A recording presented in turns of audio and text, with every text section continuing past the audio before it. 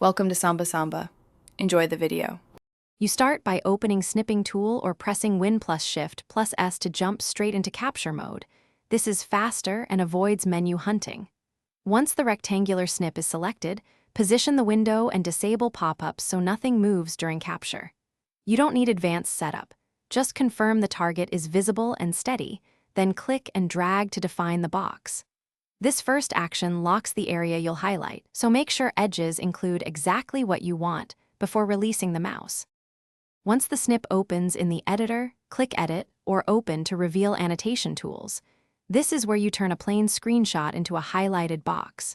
Choose the highlighter or pen, select a contrasting color, and a 3 to 5 pixel thickness so the box reads clearly at scale.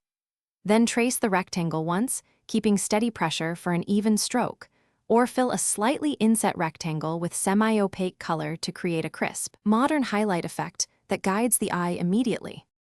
To finish, inspect your boxed highlight at 100% zoom and use undo or the eraser to clean edges.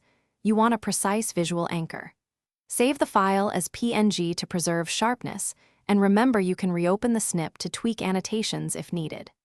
If the highlight is too faint on certain backgrounds, make it bolder by increasing opacity or adding a thin contrasting border. This solves most visibility issues and ensures your box reads clearly across displays. Thanks for watching. Consider subscribing if we helped you.